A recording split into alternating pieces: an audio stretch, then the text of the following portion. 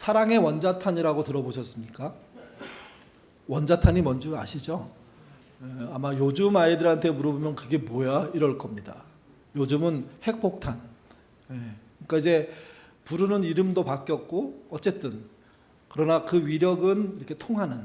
그래서 원자탄이라는 게 옛날엔 제일 센 무기였는데 사랑의 가장 센 것을 보여준 분이 있다는 거죠. 그래서 사랑의 원자탄이라는 별명이 붙었고 그분의 이름이 손영원 목사님입니다. 여수에 있는 애양원에서 하셨던 분이죠.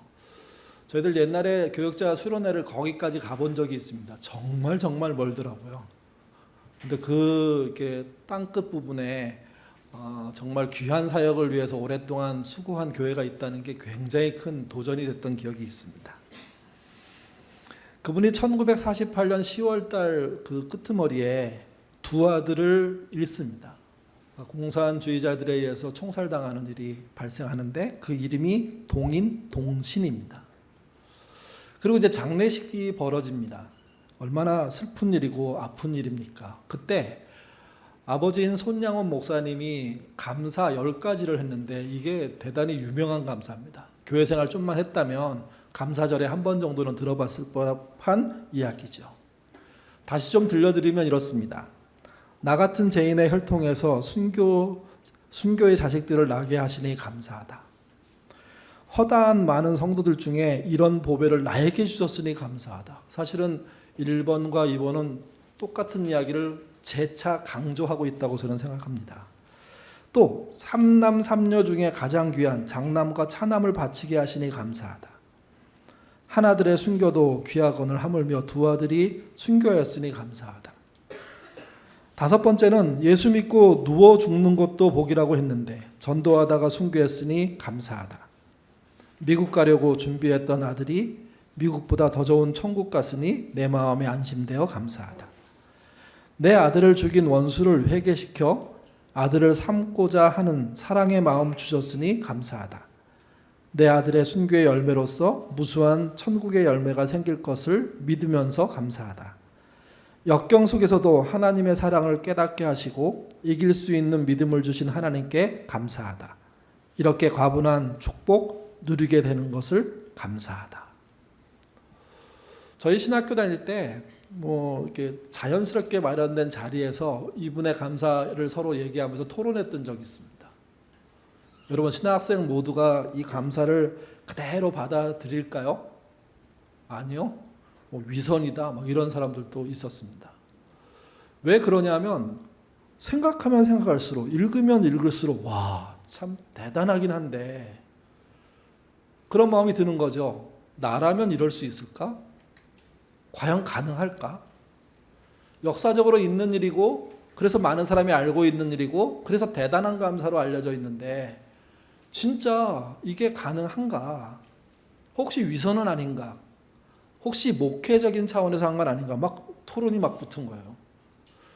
사실 따지고 보면 우리 일도 아닌데 이미 벌어진 일이고 그랬대는 그 일 가지고 싸우는 걸 보면서도 이게 논란은 될 수 있겠다.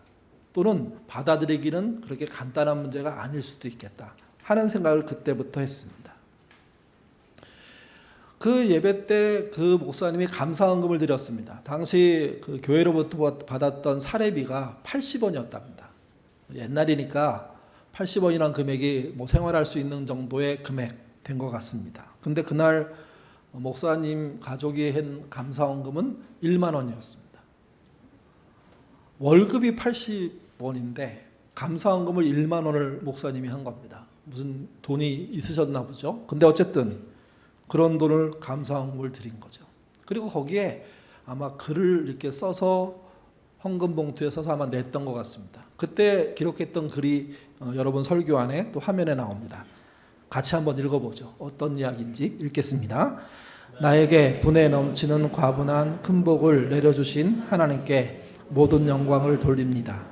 이 일들이 옛날 내 아버지, 어머니가 새벽마다 부르짖던 수십 년간의 눈물로 이루어진 기도의 결정이요 나의 사랑하는 나환자 형제 자매들이 23년간 나와 내 가족을 위해 준 그 성의의 열매로 믿어 의심치 않으며 여러분께 감사드린다. 그렇게 올렸답니다. 제가 알고 있는 감사 중에 가장 큰 규모의 감사인 것 같습니다. 뭐 돈의 규모 이런 걸 따지는 게 아닙니다. 그 마음의 규모가 어마어마한 것 같습니다. 근데 생각하면 생각할수록 또 한 구석은 참 지독한 감사다 하는 생각이 듭니다. 우리 인생 속에서는 이런 일은 일어나지 말아야죠. 이런 쪽으로는 가지 말아야죠. 사실은 이런 일을 하고 일어나서 감사한다는 것 자체가 그 아버지든 그 어머니든 또 그의 식구들이든 그걸 듣는 교인들이든 정말 감사하다고 말하면서도 마음쪽 한쪽은 완전히 무너지는 그런 감사이기 때문입니다. 신자는 물론 사람들에게 감사가 있다는 건 참 좋은 일입니다. 매우 좋은 삶의 태도입니다. 감사하지 않는 것보다 감사하는 것은요, 모든 면에서 유익합니다. 근데 문제가 있습니다. 학습된 감사 또는 억지 감사. 감사일기라는 게 우리나라 그 한국교회에서 한동안 지금까지도 유행이 되고 있습니다. 한 심리학자가 사람이 감사할 줄 아는 것과 감사할 줄 모르는 것의 차이는 어마어마하다라고 얘기하면서 그것을 큰 교회들이 또는 어느 목사님들이 목회 아이템으로 갖다 놓고 그 다음부터 감사일기를 교회적으로 개인적으로 쓰도록 하고 각 소그룹 모임 또는 구역 모임, 속회 모임에서 그것을 서로 나누고 공유하는 방식의 목회를 하고 있습니다. 감사의 가장 기본 조건은 모든 게 그렇지만 자발적이고 자율적이어야 합니다. 하고 싶은 사람이 해야 하는 거죠. 감사가 있는 사람이 해야 하는 겁니다. 근데 문제는 감사 일기를 써야 한다는 과제가 주어지자 그 다음에 따라온 게 억지 감사입니다. 감사가 없는데 감사를 찾아내요. 찾아내도 없으니까 다음엔 어떻게 할까요? 감사를 꾸며내요. 이야기를 만들어요. 그래서 소설이 돼요. 소설이. 여러분 소설의 가장 큰 특징은 뭐냐면 가능한 한 엄청나게입니다. 어마어마하게입니다. 이게 다 속아 넘어가는 이야기죠. 큐티가 그랬습니다. 큐티 말씀 묵상이라는 게 굉장히 한국교회에 도전이 됐죠. 근데 어느 순간부터 큐티를 하고 난 다음에 나눠야 돼. 나누면서 적용점을 얘기해야 돼. 이 적용점이라는 이 말이 말씀을 삶에 적용한다는 차원에서는 너무 좋은 유익한 방법임에도 불구하고 모두가 적용점을 내놓으라는 식으로 접근을 하자 적용점이 없는 사람들이 억지 적용을 시작한 겁니다. 그래서 문맥에도 맞지 않는 한 단어에 꽂히거나 또는 한 단어를 극대하게 해석해가지고 어마어마한 헌신들을 얘기해버리는, 그래서 하루 깨달음치고는 너무 큰 하고 도대체 물러설 수가 없는, 다음에 큐티할 때는 더 어마어마한 얘기를 해야 되는 하고 웃기지도 않는 상황들이 막 발생한 거죠. 저희 신학생들도 그랬습니다. 큐티 나눔했던 1년 동안 했던 친구들 이야기만 다 모으면 전 세계는 복음화 됐고요.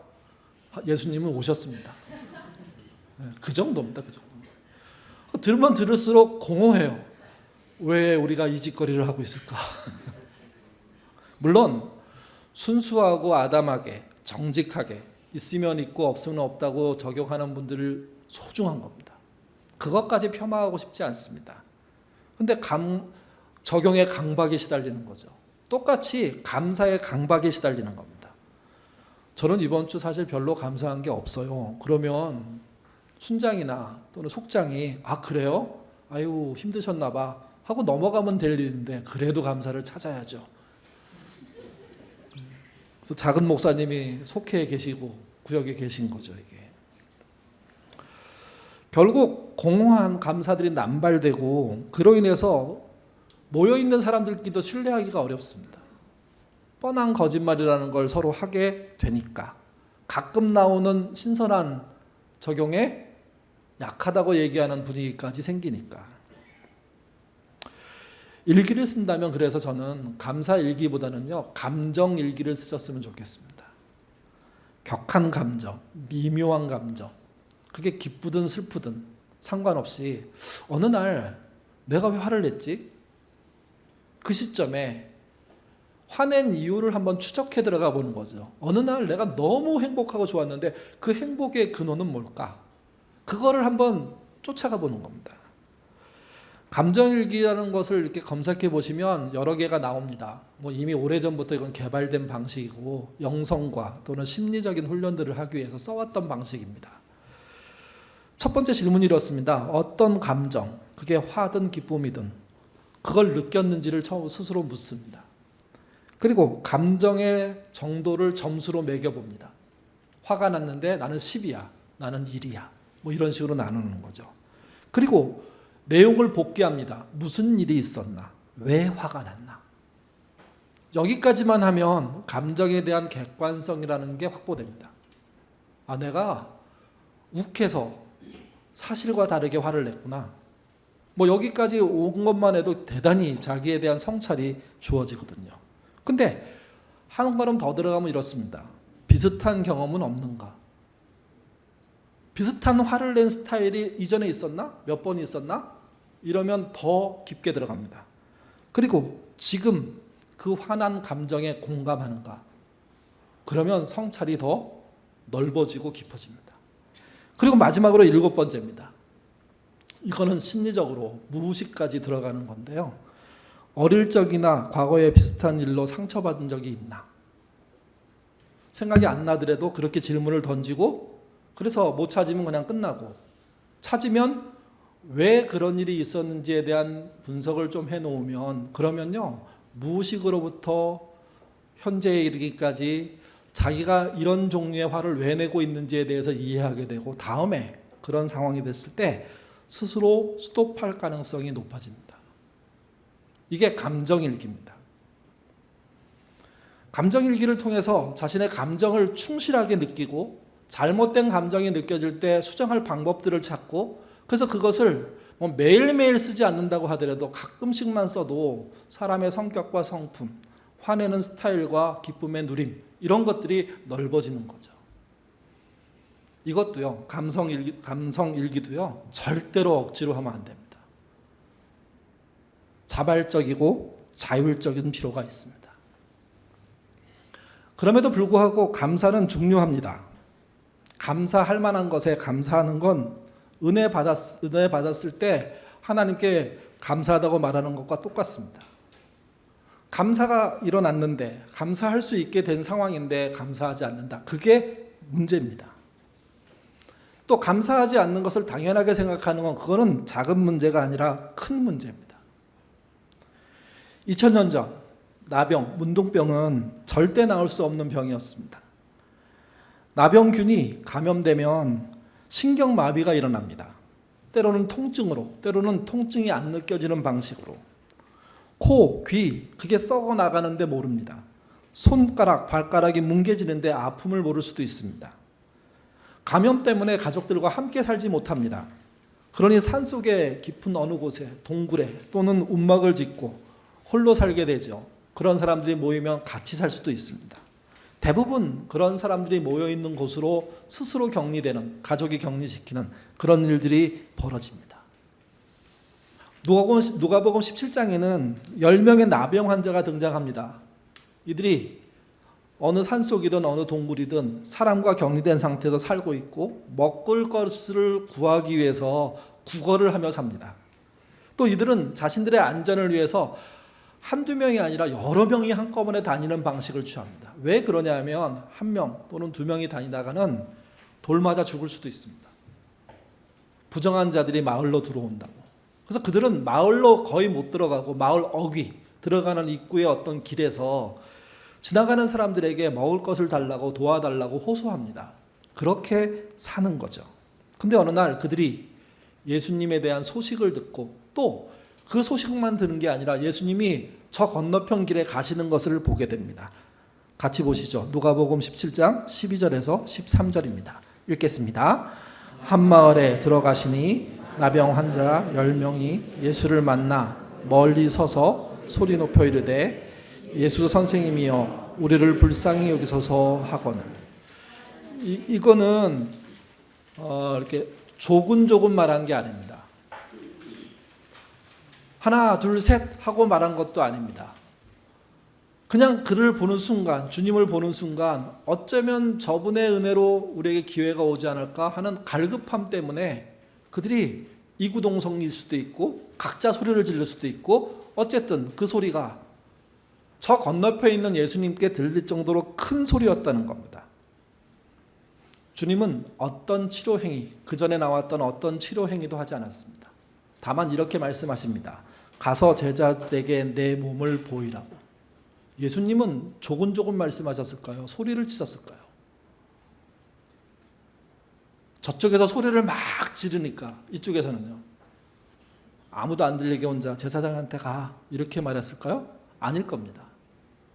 그 10명이 모두 알아듣도록 큰 소리로 외쳤을 겁니다. 다시 말씀드려서 그들의 요청에 주님은 반응했다는 것을 그 문둥병 환자들에게만 알린 게 아니라 주변 모든 사람에게 알려준 거죠. 예수의 말에 따라 그들이 움직입니다. 여러분 이거는요 쉬운 일이 아닙니다. 아무리 예수님이 대단한 소문을 갖고 있는 분이라고 하더라도 뭐 나한테 찾아와서 만져주거나 그 다음에 이렇게 해서 구체적으로 나한테 뭘 지시한 게 아니라 저쪽 건너편에서 지금 제사장한테 가 만약에 그렇게 얘기했다. 그럼 뭐야? 저 정도밖에 안 돼? 그럴 수도 있거든요.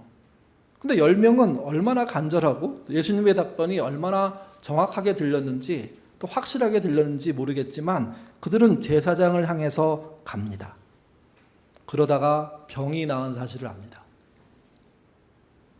그 병의 치료 속도가 거의 피부병 아닙니까? 피부로 드러나는 병인데 얼마나 빠르게 회복되는 건지 순식간에 회복되는지 스스로 알았습니다.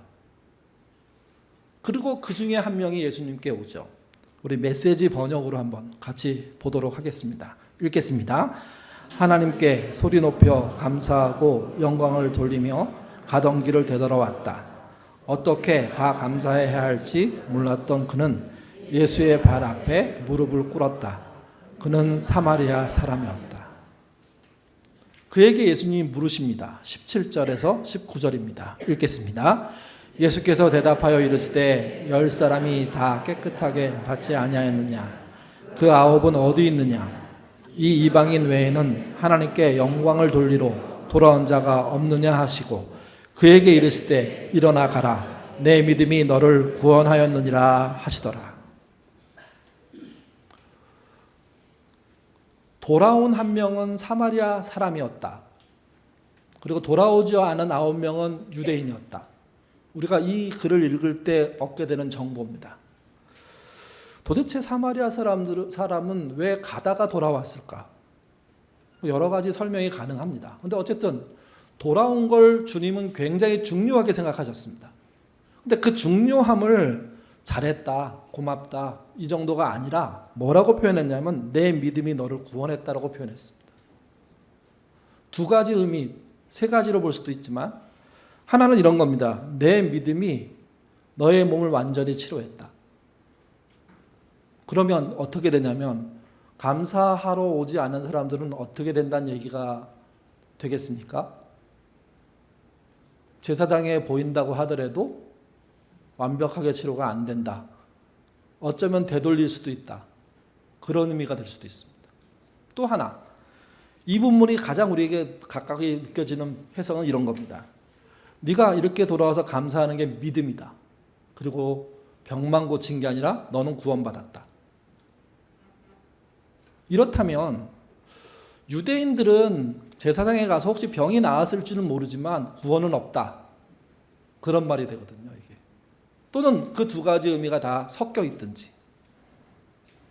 어쨌든 사마리아 사람은 주님께 감사하는 게 우선이었고 와서 감사했더니 분명하게 내 믿음이 너를 구원하였다 하는 들을 수 없는 말을 그 자리에서 듣게 된 겁니다. 왜 그러냐면 사마리아 사람들도 그렇고요. 이스라엘 사람들도 그렇고요. 모두 어떻게 생각했냐면 사마리아 사람들은 구원 못 받아. 왜냐하면 이미 그 혼혈이 일어났기 때문에 거기에는 구원 없어. 그래서 유대인들이 사마리아 동네 지역을 들어가지도 않았잖아요. 혹시 재수 없이 사람 스치고 지나가다가 오염될까 봐. 그런 땅입니다. 근데 구원의 얘기가 일어난 거죠, 이게. 여기서 이런 질문이 가능합니다. 9명의 유대인들은 도대체 왜 감사하지 않았을까? 도대체 어떤 부모 밑에서 자랐길래, 어떤 가정이길래, 어떤 사회생활을 했길래, 그가 다녔던 회당은 도대체 무슨 역할을 했길래, 그가 성전에 갔을 것인데 건강할 때, 그러면 그 성전은 그에게 뭘 가르쳤을까? 도대체 뭘 어떻게 살았기에 이 모양이지? 왜 감사할지를 모르지? 물론 9명이 감사하지 않았다고 해서 유대인 모두가 감사할지 모르는 사람이라고 말할 수는 없습니다. 나병 환자 9명이 그런 건데, 근데 그 케이스 안으로 들어가 보면 한 명인 사마리아 사람은 감사할 줄 알았지만 9명은 그렇지 않았다는 거죠. 도대체 무슨 교육의 효과일까 하는 겁니다. 최소한 9명 중에 1명은 감사해야 되지 않습니까? 한두 명은? 그러면 이런 질문이 필요 없습니다. 아, 사람에 따라 다르다. 근데 이거는 민족에 따라 다르다. 집안에 따라 다르다. 이런 해석이 가능하게 만드는 겁니다. 감사하지 않고 뻔뻔해진 유대인. 도대체 어떤 문화와 어떤 전통과 어떤 지혜, 어떤 성경을 읽었길래 그럴까? 유대인들은요, 신약 성경은 안 믿었지만 구약 성경은 철저하게 믿었고 많은 부분을 암송했습니다. 유대인 요즘의 회당 같은 그 다큐멘터리 보면 아버지와 아들들이 그 회당 모임 끝나고 난 다음에 오후 늦게까지 율법 암송하고 질문하고 막 하면서 막 소리 지르면서 막 하잖아요, 자기들끼리. 갖고 우리가 알고 있는 그런 아주 우리로서는 전설 같은 이야기인데 구약을 다 외워, 이런 사람들이 거기 존재하는 거예요. 잠언을 뭐 이렇게 몇 분 안에 다 외웠어, 이런 게 존재하는 거죠, 이게. 옛날에 저희들 초기에 아이들 암송 대회 같은 거 하면요, 애들이 기가 막히게 어마어마한 양을 막 순식간에 다 외워갖고 옵니다. 어떻게 외웠어? 그냥요. 그랬으니 평생 그런 교육을 한 시스템이면 성경에 대해서는 통달하겠죠. 신약은 모르지만 구약에 대해서는 대단할 거 아닙니까? 그렇게 많이 읽었는데 이 모양이라고? 감사할지 모른다고? 그러면 그 교육 방식에 문제가 있는 거 아닌가요? 지금 유대인들, 이스라엘과 팔레스타인이 전쟁 중입니다. 사실은 전쟁이라기보다는 팔레스타인에 시비는 걸었지만 일방적으로 얻어 터지고 있습니다. 하루하루 폭탄의 양이 어마어마합니다. 아마 팔레스타인의 가자지구 안에 있는 온전한 건물이 없을 것 같습니다. 가장 욕먹을 만한 건물만 남고 공격하면 그 병원 같은 데죠. 고아원 같은 데죠. 그건 못하고 나머지 건물들을 다 없앨 것 같습니다. 계속 날마다 지금 두드려 퍼붓고 있습니다. 근데 여러분, 이게 정상이라고 생각하십니까? 전쟁은 하마스의 로켓 공격으로 시작한 게 맞습니다. 근데 여러분, 팔레스타인 이스라엘 분쟁은 사실은 팔레스타인이 시작했다고 하기보다는 이스라엘이 시작한 겁니다. 48년도부터. 지난 70년 동안 분쟁 지역인데 그때 계속해서 그 분쟁을 주도하는 쪽은 팔레스타인이 아니라 유대인들입니다. 그들이 쳐들어가서 뺏었고, 그리고 이렇게 얘기했습니다. 너희가 나한테 1 주면 나는 10 준다. 지난 70년 동안 실제 다큐멘터리 같은 데 보면 통계가 나오는데 1 주고 20 돌려줬답니다. 1 받고 20 돌려줬답니다. 한 명 죽으면 20명 이상을 죽인 게 이스라엘인 거죠. 그리고 그 팔레스타인 사람들 200만 정도 되는데 그들을 가자지구라는 곳 안에 콘크리트 장벽을 세워서 거기다 넣어놨습니다. 그곳은 전 세계에서 가장 인구 밀도가 높은 곳입니다. 들어갈 수도 없고 다 허락받아야 되고 전기, 물 전부 다 이스라엘이 통제권을 쥐고 있고 수시로 비행선 띄워가지고 전부 감시하고 전부 사진 찍고 조금이라도 증개충하면 전부 다 알고 그곳 쫓아가서 불필요한 거 다 부셔버리고 그렇게 70년을 산 겁니다. 70년. 그러니까 수시로 괴롭히고 있다가 이번에 크게 하마스가 반격이랍시고 한 거예요. 저는 그분들도 이해가 안 되지만 그래서 지금 보복받는 게 어마어마한데. 근데 문제는 이거예요. 유대인들이 2차 대전 때 독일에 의해서 200만이 가스실에서 죽었잖아요. 우리 지난주에 지강유철 선생님 와서 그 설교할 때 나왔던 내용이 그겁니다. 개신교가 유대인들을 죽인 내용들. 근데 그 내용 속에 그들이 그 결과를 가지고 깨달은 게 뭐냐 하는 질문이 생깁니다.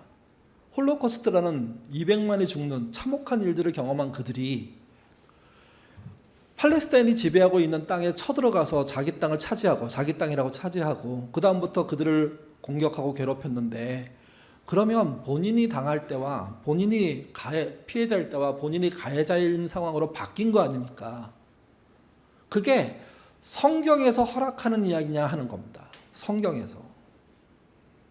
아주 고대 때는 이에는 이, 눈에는 눈이 통했습니다. 근데 여러분, 선지서로 넘어와 보면 그렇지 않습니다. 용서와 화해를 성경이 얘기하고 있고 수많은 선지자들이 그 얘기를 이미 하고 화해의 주체가 되시는 예수님이 오신다는 메시아 얘기도 다 했는데 메시아는 못 받아들였다고 하더라도 그 이전에 구약만 가지고도요 지금 이렇게 하기가 쉽지 않다는 겁니다. 그러니까 필요한 것만 믿는 거죠. 민족적으로 뻔뻔해진 겁니다. 오직 자기네 이익만 위해서 그냥 쳐부수는, 그러면서도 그냥 미안함이 없는. 그렇게 보면 금방 읽은 누가복음 17장이 이해됩니다. 아, 유대인의 교육이라는 게 뭐 다들 좋다고 얘기하는데 그건 아니구나. 막 끝까지 몰아붙이는 결론이 나올 수도 있겠구나. 만약에 유대인의 교육을 도움받고 있는 기관이나 부모들이나 또는 뭐 여러 가지 속해 있는 분들이 있다면 아주 많이 걸러내야 되는 거구나. 아주 많이. 새롭게 교육적인 시스템을 세팅하지 않으면 큰일 나는 거구나. 여러분 그런 생각 해보셔야 됩니다. 도대체 어떻게 나병 걸린 것도 되게 인생에서는 어려운 일인데 그 어려움 속에 다시 병이 낫는 기회를 가진 그들이 9명 모두 다 감사하지 않았다. 물론 그 9명만의 문제야 이렇게 말하면 할 말은 없습니다. 나머지를 확인하지 않았기 때문에. 근데 최근의 전쟁과 그 결과들을 연결시켜보면 유대인이라는 사람들이 많이 이럴 수 있겠구나. 대다수가 이럴 수 있겠구나. 물론 더 좋은 사람도 있습니다. 오늘 본문인 잠언은요. 유대인이 지식의 책, 지혜의 책이라고 인정하는 그들이 가장 좋아하는 솔로몬, 다윗 다음으로 좋아하는 솔로몬의 책입니다. 근데 여러분 잠언에 감사라는 단어가 없는 거 아십니까? 근데 조금 전에 아까 우리 읽을 때 있지 않았나요? 아무 생각이 없으십니까? 같이 한번 보시죠. 31장 27절부터 29절. 이게 31장 마지막 단락은 현명한 아내, 현숙한 아내, 원래의 뜻은 용감한 아내라는 뜻인데요. 그 아내에 대한 교훈으로 끝납니다. 그 아내는 이래야 된다, 자고로. 그러니까 솔로몬이란 남자가 왕으로 누리고 산 다음에 아내가 많아서 문제가 있었던 사람이잖아요. 그 사람이 아내에 대한 정의를 했는데 그게 과연 좋은 건지, 무조건 아멘 할 수 있는 건지. 근데 거기에 감사란 단어가 한 번 나와요. 개역 개정 성경에. 같이 읽겠습니다. 현명한 아내를 넣어서요. 읽겠습니다. 현명한 아내는 자기의 집안일을 보살피고 게을리 얻은 양식을 먹지 아니하나니 그의 자식들은 일어나 감사하며 그의 남편들은 칭찬하기를 덕행 있는 여자가 많으나 그대는 모든 여자보다 뛰어나다 하느니라. 이 말씀을 좀 곱씹어 읽을 필요 저는 있다고 생각합니다. 이게 현대가 아니에요. 고대예요, 고대. 고대의 왕을 지냈던 사람이 자기의 통치의 신념을 가지고 살았던 사람이 잠언을 썼잖아요. 잠언은 하나하나가 굉장히 귀한 말씀으로 이렇게 되어 있습니다. 근데 그가 현명한 아내에 대한 이야기를 했어요. 자기의 가장 큰 결핍. 그거에 대한 이야기를 한 거예요. 그리고 난 다음에 그 아내가 어떻게 해야지만 가정이 일어나는지에 대한 이야기를 해줬거든요. 그리고 난 다음에 그것을 이야기하는 대목에서 이렇게 얘기합니다. 그의 자식들은 일어나 감사하며. 자식들이 어머니가 제대로 잘 해줌으로 말미암아 감사하대요. 근데 여러분 원어의 뜻은 이게 감사가 아닙니다. 이게 똑바로 가다라는 뜻이고요. 또 성공하다는 뜻입니다. 그러니까 이제 감사가 아니라 성공인데 감사로 우리가 번역을 한 거예요. 메시지는 좀 다르게 번역했습니다. 메시지 가로를 같이 읽어보죠. 읽겠습니다. 훌륭한 아내는 집안 사람 모두를 늘 살펴 각자 부지런히 자기 일을 해내도록 돕는다. 자녀들이 어머니를 존경하고 축복하니 남편도 합세하여 이렇게 칭송한다. 훌륭한 일을 한 여인들이 많지만 당신은 그 누구보다 뛰어나구려. 예. 그래서 메시지는 존경으로 바꿨습니다. 감사가 아니라. 감사나 존경이나 뭐가 달라? 그렇게 생각할 수 있습니다. 근데 여러분, 감사와 존경은 사실은 같은 얘기가 아닙니다. 유대인의 정서에서 이 단어는 굉장히 큰 차이를 만들어냅니다. 우리 엄마한테 고마워해. 고마움이 생겼어. 고마워요, 엄마. 이렇게 얘기하는 것과 엄마를 존경하는 것, 이게 똑같은 거라고 생각하시면 안 된다는 겁니다. 유대인이 인성교육을 할 때 잠언을 많이 썼는데 그 잠언을 이렇게 부릅니다. 그러니까 지혜를 나눌 때 쓰는 방식인데요. 지혜가 두 가지라고 얘기해요, 보통요. 하나는 규범적인 지혜. 규범적인 지혜가 이런 거죠. 낮에는 일하고 밤에는 자고, 봄에는 씨를 뿌리고 가을에는 추수하고, 잘하면 상 받고 못하면 벌 받고. 그러니까 규범적으로 이거 하면 이거고 저거 하면 저거야. 그래서 아이들한테 이 부분을 계속 가르쳐요.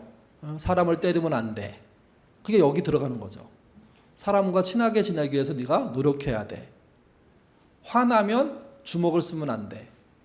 화나면 내가 이런 화가 났어 하고 말할 줄 알아야 돼.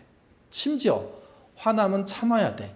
이런 식으로 규범을 계속 가르칩니다. 저희 어렸을 때는 그 문지방 밟으면 한 대씩 맞았거든요. 그래서 왜? 뭐가 떠난다고요? 뭐가 사라진다고요? 또는 재수가 없다고요?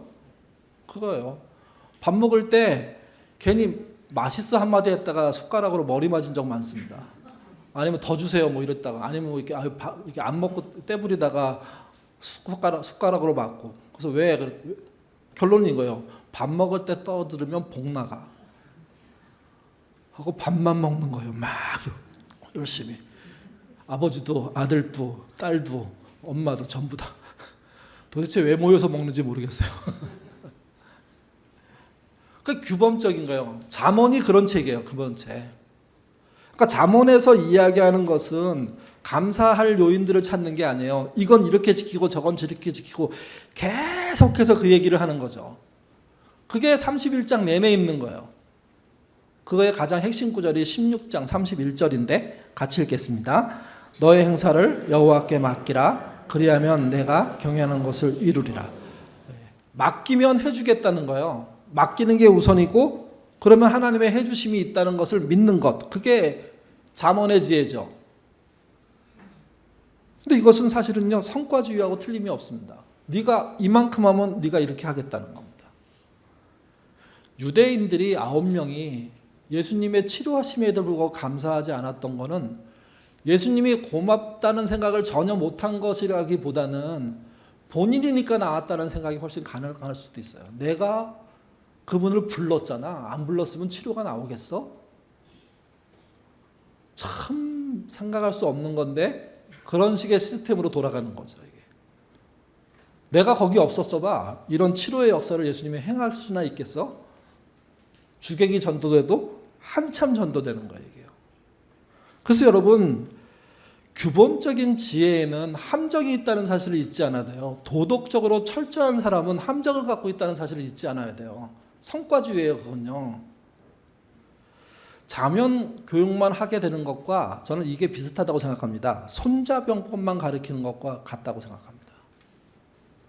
잠언 지혜만 가르치면 삼국지를 가르치는 거하고 똑같다고 생각합니다. 삼국지만 가르치는 거죠. 잠언을 계속 강요하고 거기서 성과주의를 강조하는 건요, 그리스 로마 신화를 계속 주입시키는 거하고 똑같습니다. 여러분, 손자병법이나 삼국지나 그리스 로마 신화의 이야기를 읽어보시지 않았나요? 많은 분들이 손자병법 읽으셨을 거고 삼국지 읽었습니다. 거기에 성과주의 말고 뭐가 있나요? 거기는 사랑도 성과주의예요. 쟁취하고 뺏어오고 그러기 위해서 권모 술수를 쓰고 그게 당연하고 요행을 바라고 천지의 흐름을 읽고 있다는 제갈량 역시도 사실은 일종의 요행을 바라는 끄트머리에 벼랑수를 쓰잖아요. 물론 거기서는 이루어지기 때문에 그가 승리자가 되지만 생각해보면 그 모든 행동 속에 진짜 인간미 넘치고 사랑하고 고마워하고 양보하고 물러서고 이런 부분들에 대한 이야기가 상당수 적게 저변 바닥으로 이렇게 깔려버리는 상태로 진행이 돼요. 손자병법은 더 그러고요. 그리스 로마 신화는 더 그러고요. 이게. 문제는 이겁니다. 유대인만 잠언을 통해서 규범적인 지혜를 키우는 일을 한 것만이 아니라 우리가 쓰는 여러 가지 방식을 통해서 손자병법을 통해서 삼국지를 통해서 그리스 로마 신화를 통해서 그런 방식의 삶이 잘 통하는 아이로 우리를 키워가고 있다는 겁니다. 그러니 엄청난 도움을 부모로부터 받았음에도 불구하고 감사하지 않고 당연하다고 생각하는 사람들이 많은 시대가 된 거죠. 여러분이 받은 부모의 은혜보다 여러분이 자녀에게 해준 부모의 은혜가 한 1000배 크지 않을까요? 너무 많나요? 100배? 적어도 30배는 되지 않나요? 물론 어르신들 중에도 부모의 은택을 많이 받은 분들이 있습니다. 없다는 게 아닙니다. 근데 더 많은 것을 해주고 나서도 조금도 요구할 수 없는 시대에 사는 그게 바람직한가 질문해 볼 필요가 있다는 거죠. 우리의 아이들이 결국은 유대인과 비슷한 선택을 할 수 있습니다. 정말 고마워하고 감사해야 될 상황에서 그런 거 상관없이 내가 거기 있었으니까 받아낸 거야. 그러니 이건 내 거야. 이제 누려야지. 나나 되니까 이거 하지. 유대인과 똑같은 사고방식에 빠지는 겁니다. 여러분, 규범적인 지혜 말고 성경에는요, 다른 지혜가 있습니다. 규범적인 지혜도 배워야 되지만 한 걸음 더 나가는 지혜가 필요하다고 하는데 그게 성찰적인 지혜입니다. 규범을 읽으면서 이게 이렇게 하면 이런 허점이 생기네. 허점은 어떻게 보완하지? 성과주의의 허점을 어떻게 보완하지? 성공주의의 허점을 어떻게 보완하지? 무조건 잘 살고 보고 이기고 보고 잘 되고 본다고 얘기해서 그냥 막 밀어붙여갖고 한 다음에 생기는 부작용은 어떻게 해결하지? 그걸 보여주는 책이 욥기입니다. 욥기는 성찰적인 지혜를 얘기하는 책입니다. 완전히 쫄딱 나간 욥이 어떻게 믿음으로 일어서는지, 믿음으로 일어서는 과정에 어떤 방해가 있는지, 그리고 그 방해들을 넘어오면서 그들은 뭘 깨닫는지, 그리고 그는 결국은 하나님 앞에 무슨 얘기를 하는지. 억울했다는 얘기도 하지만 반대로 그 어려움이 나를 이렇게 만든 것이니 또한 감사하다고 하는 그 놀라운 고백을 하는 손영원 목사님 못지않은 욥의 고백이라는 게 존재한다는 거죠. 그래서 성찰적인 지혜에 못 가면 규범적인 지혜는요, 냉정한 사회를 만듭니다. 그렇게 키운 자녀 때문에 부모들이 냉정한 대접을 받습니다. 냉정을 대접을 받으면서도 내가 그렇게 키웠으니까 한마디도 못합니다. 한마디 하는 순간 왁짝 깨집니다. 돌이킬 수가 없는 거죠. 돌아가신 장영희 교수라는 분이 계십니다. 좀 힘들고 어려울 때 그분의 에세이를 빌려다가 읽으시면 동네 도서관에 다 있습니다. 이분의 책은.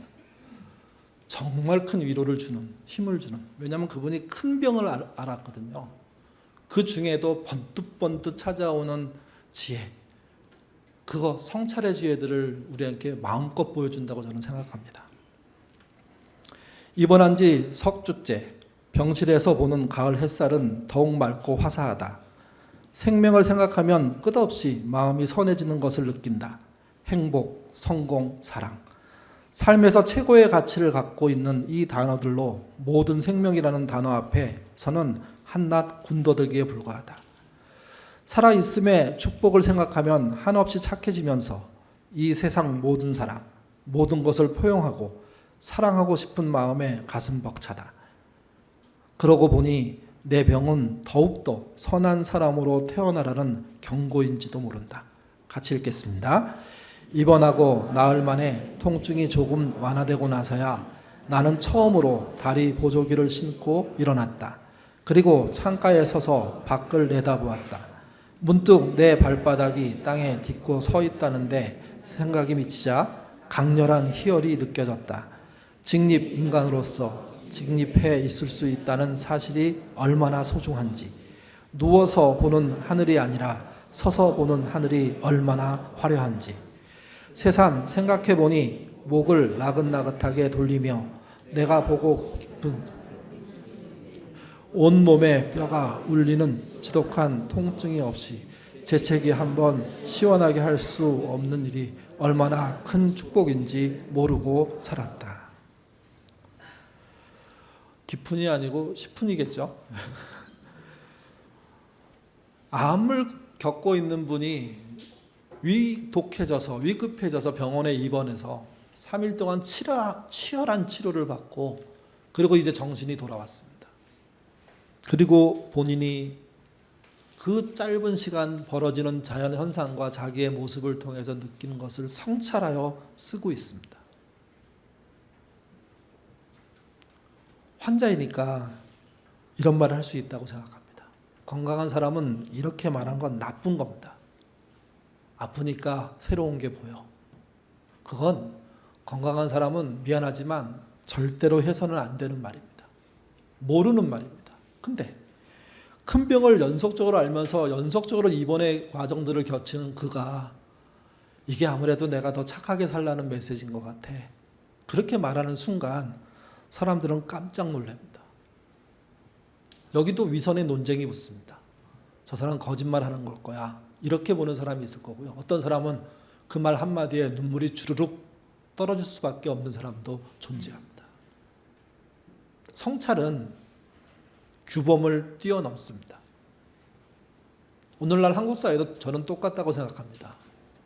자기식 규범에 충실한 교육을 받은 사람들이 삼국지같이 손자병법같이 그리스 로마 신화처럼 사는 것을 당연히 여기는 사람들이 된 거죠. 그러니 내가 잘 되는 그 순간 누군가 어려워질 수 있다는 그 생각 자체를 못하고 내가 벌어서 내가 즐기는데 네가 뭐야? 그렇게 얘기하는 겁니다.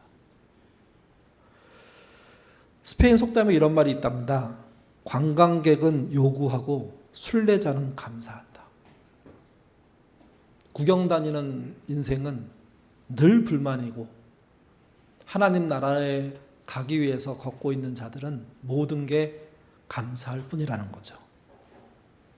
가정에서 가정의 지저분함을 보고 손님처럼 사는 가족은요, 화내고 지적하고 역할 못했다고 따집니다. 근데 진정한 가족은요, 두말하지 않고 스스로 치웁니다. 규범적인 지혜와 묵상 깊이 들어간 성찰적인 지혜의 차이인 겁니다. 찰나에 벌어지는 일인데 결과는 너무너무 다릅니다. 여러분 한번 생각해 보십시오.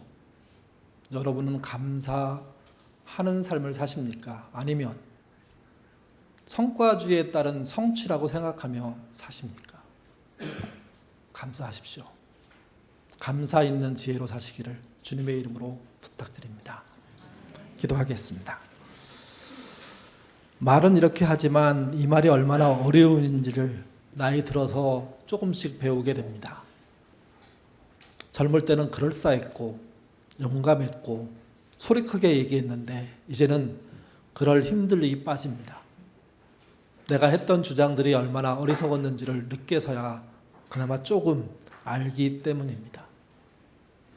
아이가 무조건 책을 읽으면 좋다고 생각해서 책을 사주고 그 책을 쭉 읽는 어느 날, 암기하듯 먹듯 읽어가는 아이를 보는 어느 날 아이의 태도가 바뀌고 주장이 바뀌고 말투가 바뀌는 것을 보았습니다.